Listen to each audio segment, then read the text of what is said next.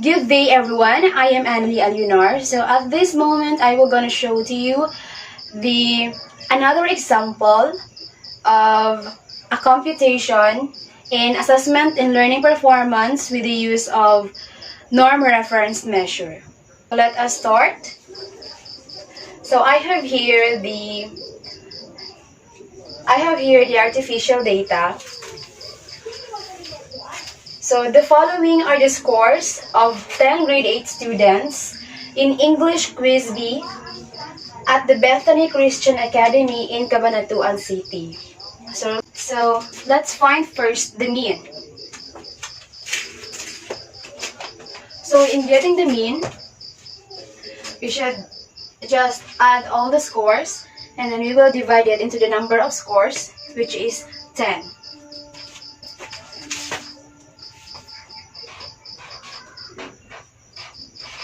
So our number of scores is 10. So we will first get the mean.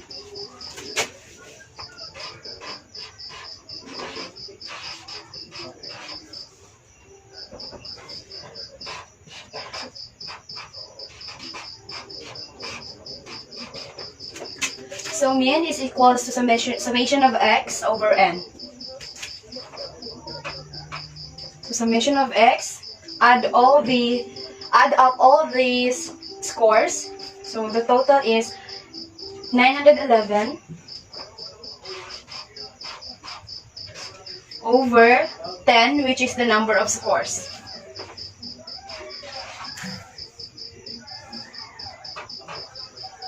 So 911 divided by 10 is equals to 91.1.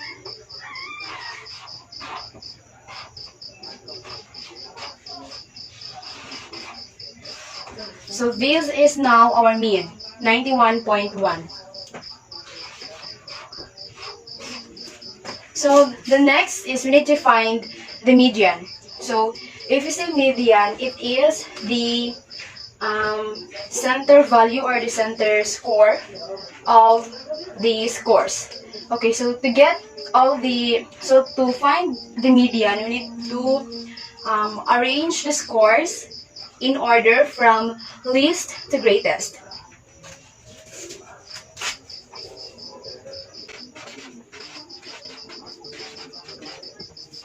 So from least to greatest, let's start with 86, 7, 88,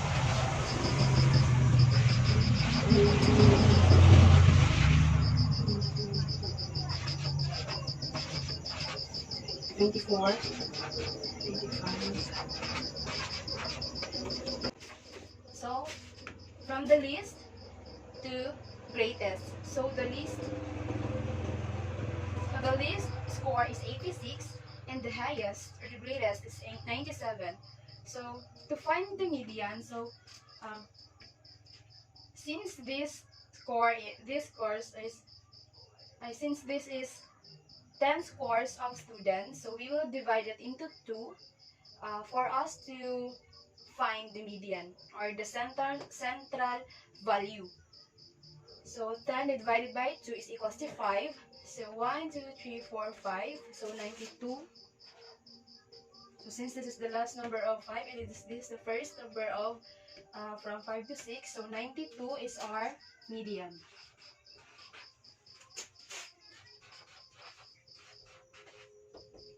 And for the next is we need to find the mode.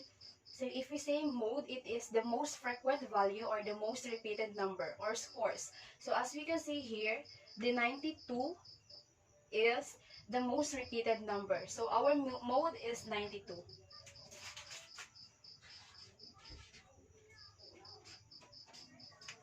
So now we will find the standard deviation.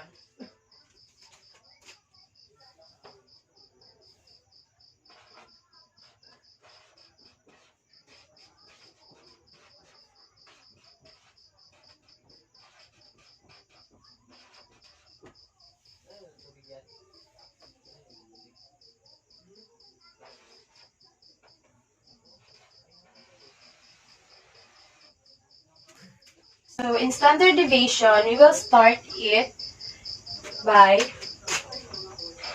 open and close parentheses. Then I open parentheses.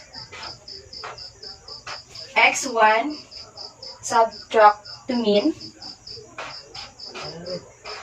Close parentheses and square.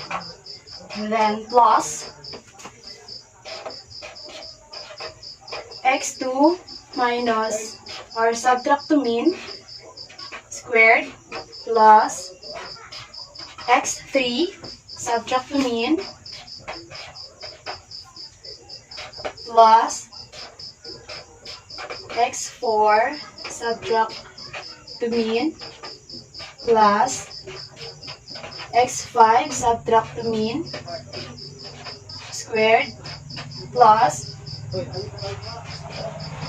x6 subtract to mean squared plus x7 subtract to mean plus x8 subtract to mean squared plus x9 subtract to mean squared plus x10 subtract to mean. So that's it from x1 to x10, which is the total or the number of scores here. So if we say x here, if we say x, it is the individual value of the 86, 87, 88, 90, 92 to 97. So x1, to write it, don't forget to put the n or the number of scores. So the next step is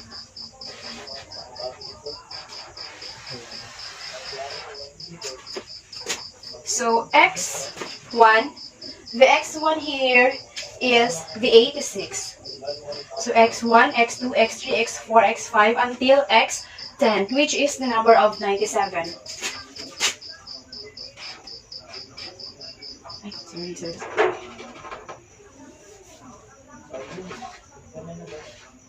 So 86 minus or subtract to mean, so our mean is 91.1.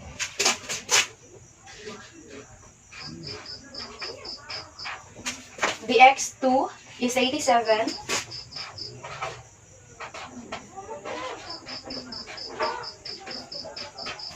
X3 is 88.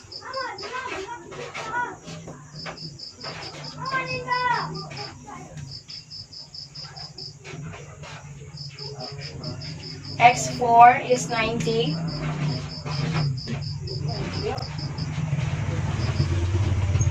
So the x5 is 92.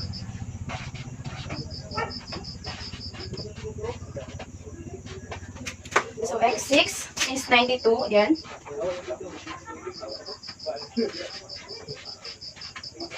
So x7 is 92 also.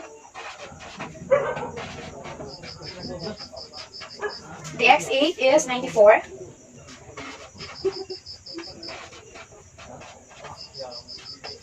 The x9 is 95.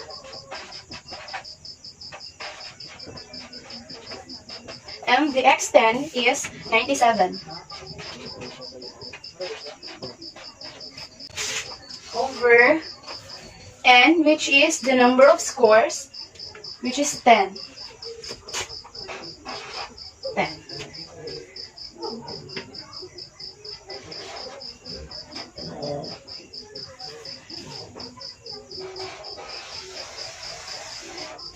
So the next step that we're going to do is that we're going to subtract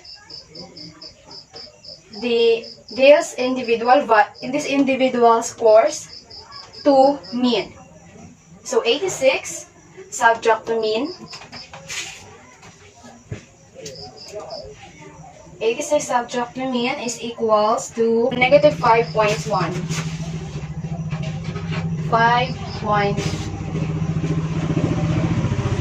5.1 squared, then plus, then 87 subtract to mean is equals to negative 4.1. 4.1. Then 88 subtract to 91.1 is equals to negative 3.1 squared. Don't forget to write or put the square.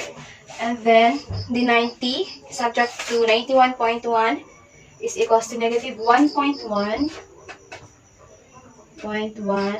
squared plus 91.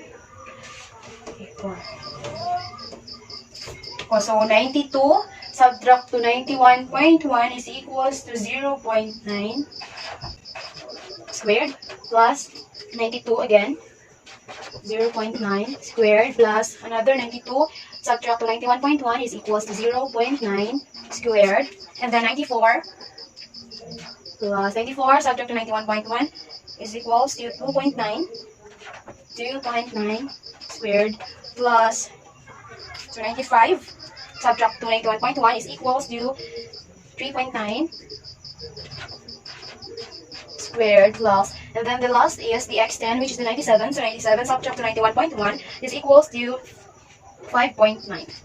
So 5.9 squared. So over 10. So the next step is we're going to square this scores or this value. So negative 5.1 squared. So 5.1 squared is equals to 26.01.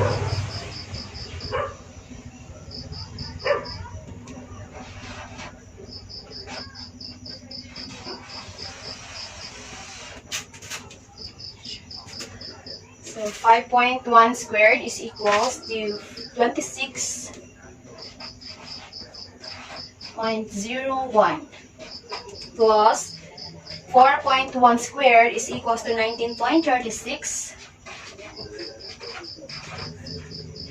plus 3.1 is equals to 9.61 plus 1.1 is equals to 1.21 plus 0.9 squared is equals to 0.81 plus 0.9 is equals to 0.81 plus 0.9 again is 0.81 plus 2.9 is 8.41 plus 3.9 is equals to 15.91, and the last is 5.9 squared is equals to 34.81. So over 10. So that's it. Then the next thing so the next thing that we're going to do, or the next step that we're going to do, is that we need to total these scores, and then we're going to divide it into 10, which is the number of scores. So if you added all these scores, the total is 117.75.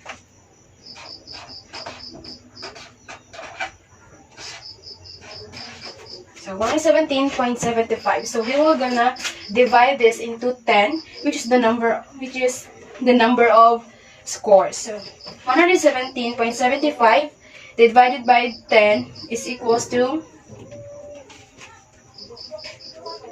11.775.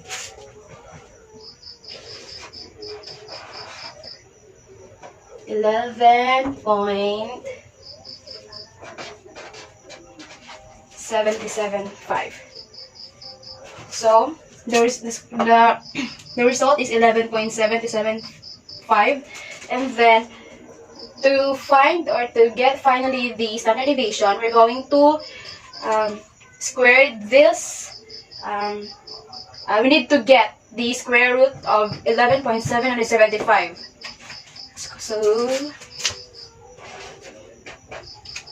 So the square root of 11.775 is 3.43147. 43147.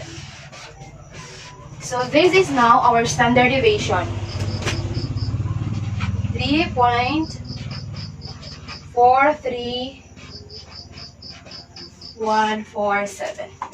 So next is we need to, so in sample variance, so sample variance, it has the same procedure or steps in standard deviation, like this: x1 minus or subtract to mean. Same process here, but the difference is that in standard deviation, the total number or the number of scores is 10 minus 1. So the total here is 117.75 over 10, over 10 in standard deviation, but in sample variance, it is 10 minus 1. So 175 minus 9.1. So we will divide it. So 117.75 divided by 9 is equals to 13.0833. 13.0833. So this is the sample variance, 13.0833.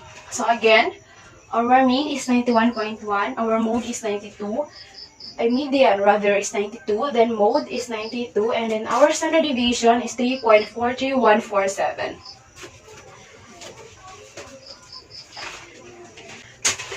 So now, we will going to create a normal curve figure. So our mean